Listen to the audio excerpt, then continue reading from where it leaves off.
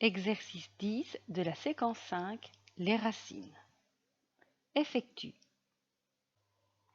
3 racines de 2 au carré. Si j'utilise la propriété des puissances, je dois distribuer ma puissance 2 sur chacun des facteurs de ma parenthèse. J'obtiens donc 3 au carré, ça me donne 9, et racine de 2 au carré, ça me donne 2. 9 fois 2, 18.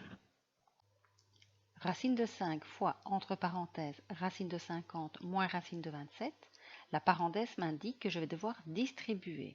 Maintenant, je dois faire attention à bien décomposer mes nombres pour pouvoir réaliser mes multiplications. Racine de 50, c'est racine de 2 fois 25, et racine de 27, c'est racine de 3 fois 9.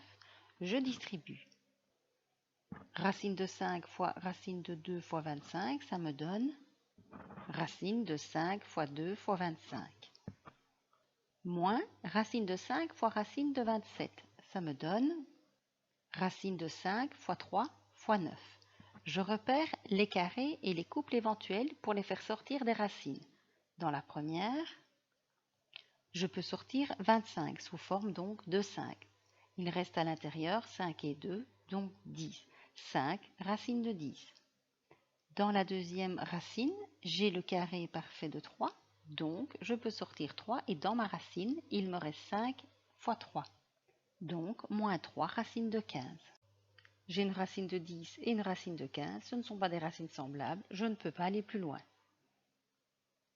2 racines de 3 fois, entre parenthèses, racine de 3 moins racine de 5. Je ne peux pas décomposer, donc je vais directement distribuer.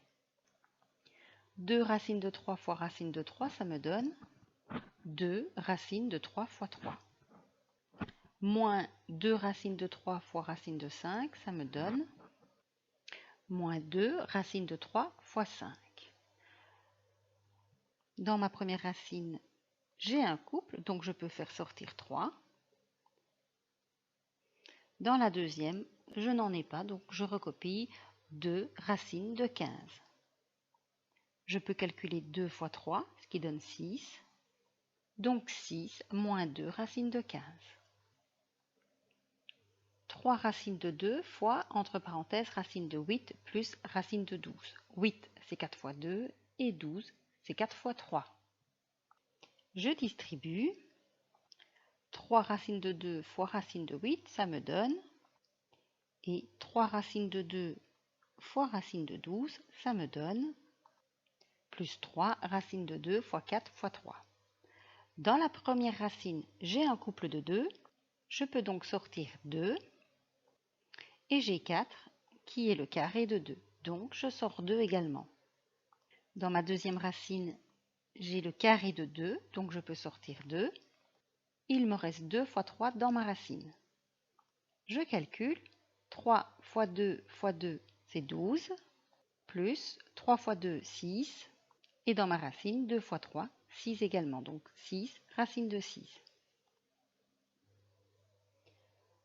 Racine de 2 plus 2 racine de 3, le tout fois racine de 3 plus 3 racines de 2. C'est une double distributivité. Allons-y. Racine de 2 fois racine de 3, ça me donne racine de 6. Racine de 2 fois 3 racine de 2. J'ai 2 fois 2, donc je peux sortir 2. Donc 3 fois 2, 6. 2 racine de 3 fois racine de 3. Les deux racines de 3, je sors 3. Donc 3 fois 2, 6. Et enfin, 2 racines de 3 fois 3 racines de 2. 2 fois 3, ça me donne 6. Et sous ma racine, racine de 3 fois racine de 2, ça fait racine de 6. Donc 6 racines de 6. J'ai des racines semblables. Racine de 6 plus 6 racines de 6, ça me donne 7 racines de 6. Et 6 plus 6, 12. Dernier exercice. Racine de 3 plus racine de 5 fois racine de 3 moins racine de 5. Ça doit vous rappeler quelque chose. Les binômes conjugués, si ça ne vous rappelle rien, vous distribuez par une double distributivité. Sinon, vous faites le carré du premier moins le carré du deuxième, parce que c'est le deuxième qui change de signe.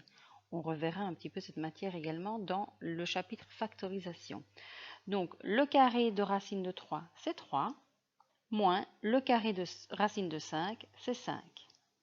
3 moins 5, moins 2. Je vous remets quand même la petite formule qu'il faudra quand même tenter de mémoriser et d'utiliser. A plus B fois A moins B est égal à A carré moins B carré. Voilà.